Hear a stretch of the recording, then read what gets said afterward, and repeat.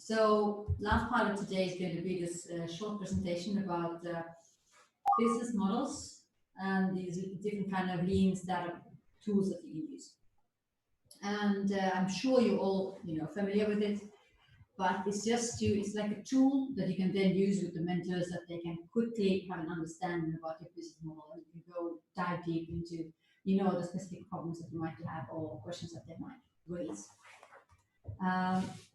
So if we think about what is a business model, so I think I am a very traditional person, very straight to the point, and for me it's like how you plan to make money.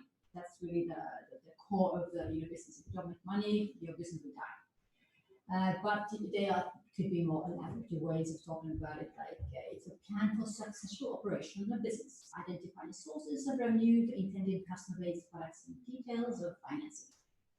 And then we have the great business guru Peter Drucker, who said, "Who is the customer, and what does the customer value?" I think this is really in basics. It needs to be a story that you are able to tell, like the Firma emphasized in the beginning. So in the end, you need to tell a story that the other side likes, that they are intrigued with. They think, okay, this makes sense, and that's why I'm willing to pay for the product. And also, like we heard from Doran, so there is a difference between a business model and a strategy. And strategy is something really the uniqueness that we have. So what is it that you do differently to your competition? And we need to have some kind of this kind of competitive advantage, because otherwise it doesn't of course make sense if you are just one. So try to find something uniqueness in your business model, and that's I think what also this lean canvas will help you to identify. So of course, why do we then need a business plan? So it's maybe for more of the traditional stable environments that we use it. And many times the only time you actually need to make one or the 3-year plan is when your investors ask for it. Or if you're asking for a loan from a bank, they want to have some kind of projection of how much cash you're going to generate at some point. And in the essence, let's say there were people already, hundreds of years ago who understood that it's very simple. If you want the secret, how to get started, is that you need to start. And I think that's what all of you have figured out, because you all started your companies. So this is not a surprise for you.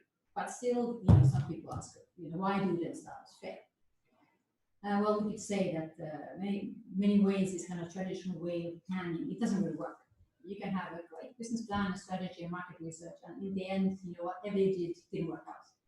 And that's why, of course, we can also learn in some of the workshop later. Like, what do you do? How do you pivot? And how do you come up with a new business plan? How do you, before you execute, have a strategy that probably will work? And there's, of course, a lot of uncertainty. Sometimes things happen that we definitely didn't expect, like this coronavirus. I am sure nobody could see that. But in a way, it also gives new opportunities to build a new business. So maybe it is for some guys, a great opportunity to pivot.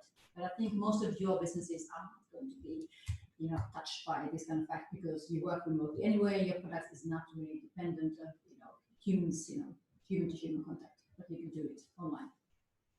And I think the biggest problem is, of course, for those people who use this approach of, well, let's just figure out how it's going to go and not plan anything. It's probably going to fail, that kind of approach. And I think if you think about the ways of the ICOs, I think that's why most of them fail, because what they did is that they wrote a white paper, they publish it, and some crazy people invested in them, and many of them, of course, didn't succeed. But not everybody did it right. Some of them did actually succeed. They have a plan. So Mike Tyson, not maybe my most favorite character, but I think he really could put it on the spot. Everybody has a plan until they get punched in the mouth.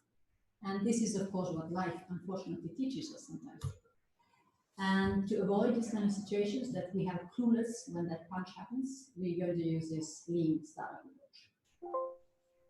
And on the right side, you can see the lean canvas. There are different kind of models of it, different kind of ways of, different kind of, things you can fill in.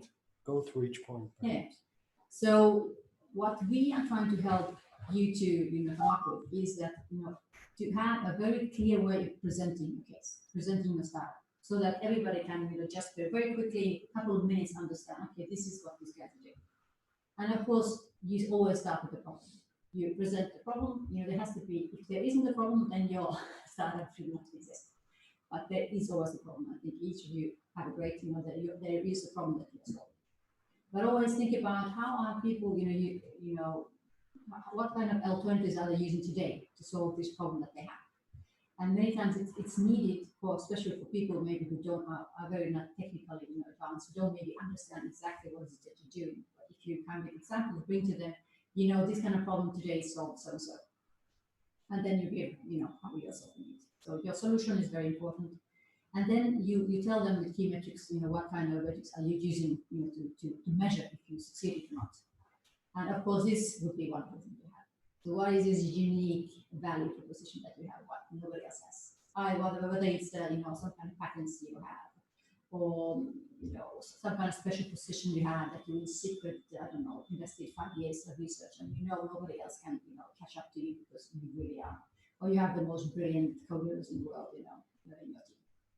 And then having like a high level concept. This is really to try to put it on a 5-year. I think maybe the word is misleading, because I would say it should be the simple level concept so that even a 7-year-old understands what is it they're trying to do. And unfair advantage, this is also important. So what is there something special about you?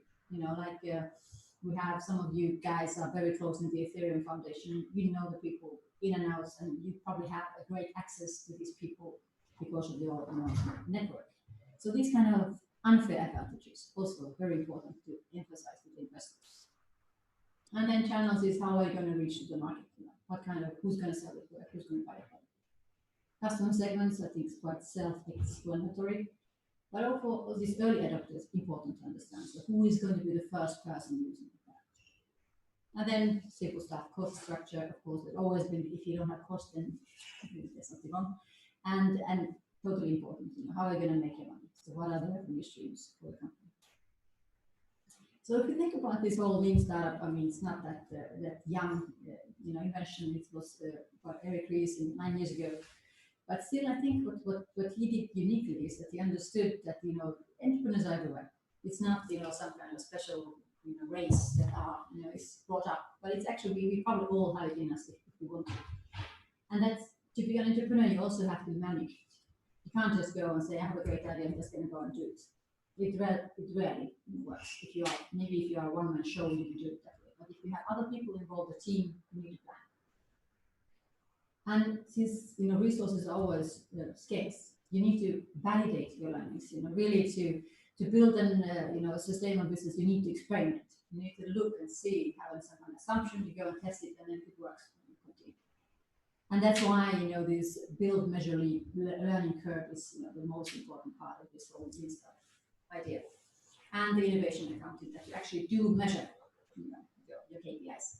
I was once told by one startup that it's impossible to have KPIs for technical team. I'm sure that we all disagree with that one. So just here, simply explaining your idea. I'm sure you've probably seen it before, but the idea is that there's some kind of hypothesis that we test. So we have an idea, we start building it, and we do the code. Once we've done it, we measure different work. We have different kind of either market analysis or different kind of other user testing that we're doing to see if it works or not. We get some data out of that, and then we learn if it worked or it didn't work.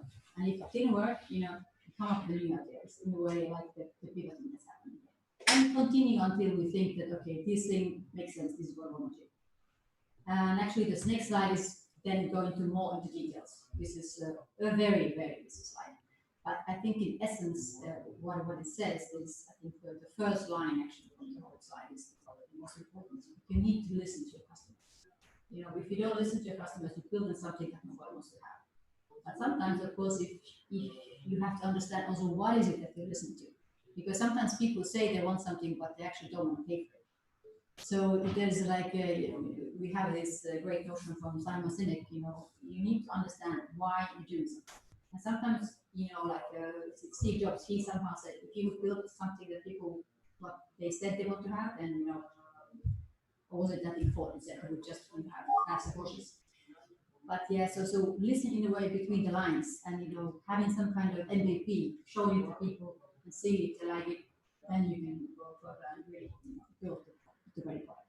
So in a way, going through those 4 steps, doing the customer discovery, finding out the needs, building a minimum viable product, validating it, asking people, if this is the product that we have, are you willing to pay? How much are you willing to pay for it? Or maybe there are some other features that we add to the product that you then can make money with. But if it doesn't work, so this is really the important to people to say, okay, what can I keep from what I have, and what should I do again, really to really to make it better.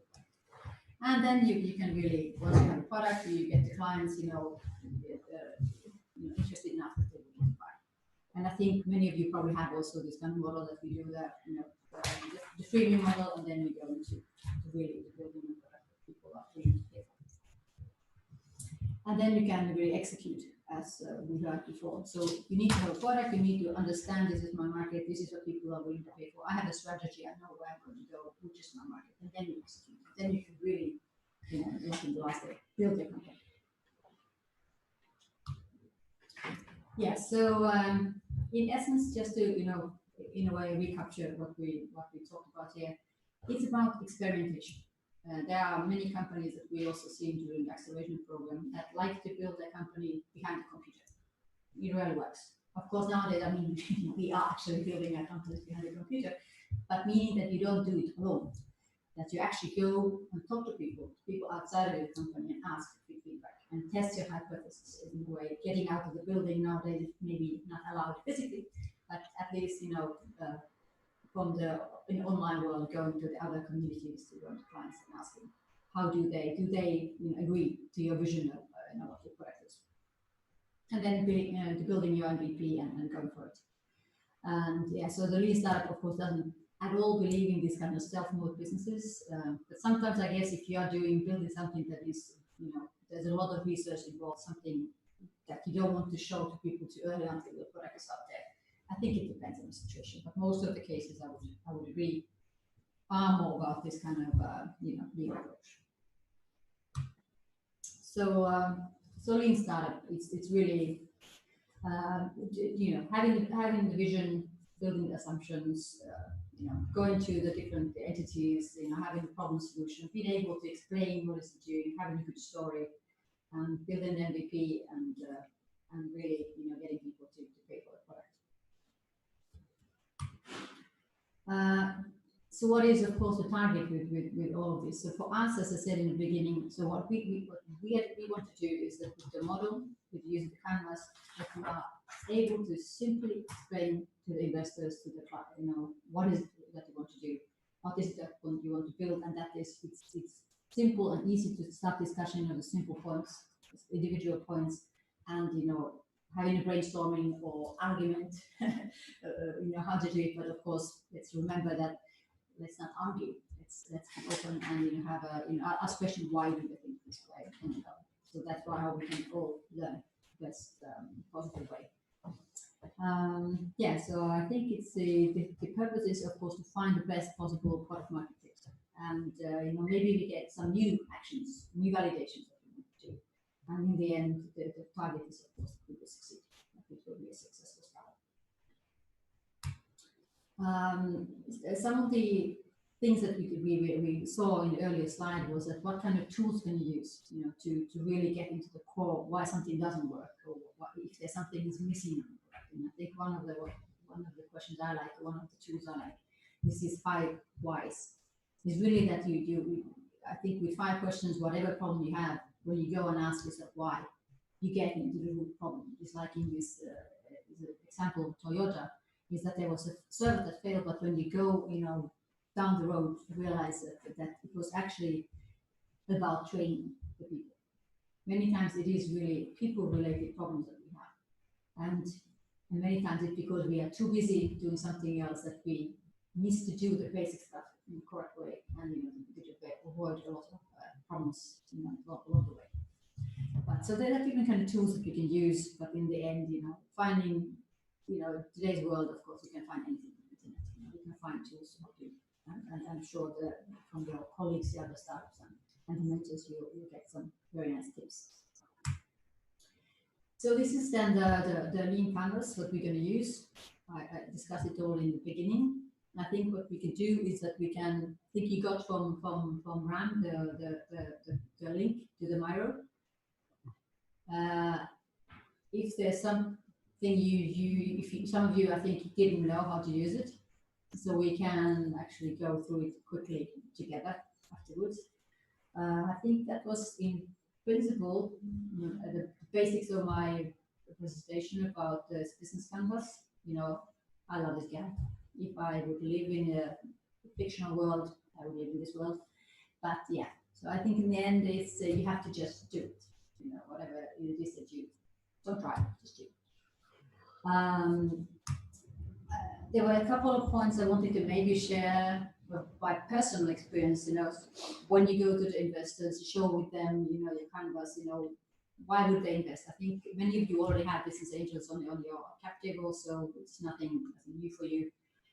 But I would say that the real value that an investor, of course, a business that brings is their network, and they let's say ability to take risk. So that's, I think, maybe the most important thing I would share.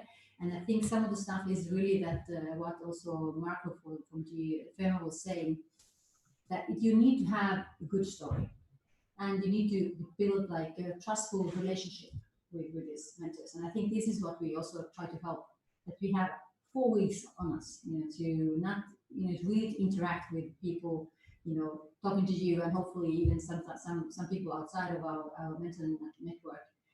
But for me, it's about this very basic stuff. It's like, of course, you need to have a great team. And I think all of you have a great team. You have the right skills to make your startup a success. You have technical skills, you have the business skills, and you have a product that can actually become scalable. It's not the consulting business. It's really something that can be something big. And preferably, of course, you have something that you can protect, with IP, patents, some unique research. And preferably, maybe you are in a market that there's not too much competition already, like blue ocean stuff that we like to talk about when we come from inside.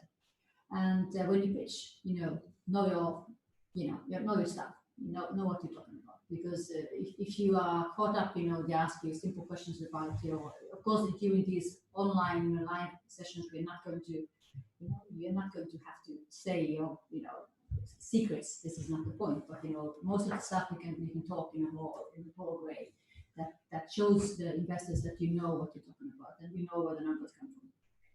And that you have, then when you go into the offline world and talk about valuation, that you have a realistic valuation, because might have been affected by the corona or not.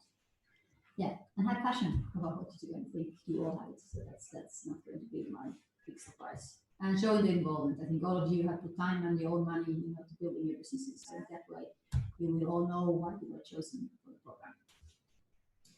I think that was the part of the presentation. Do you have some questions about business canvas, or why we're doing it, or would you want to just have a look at it, how this Miro thing works?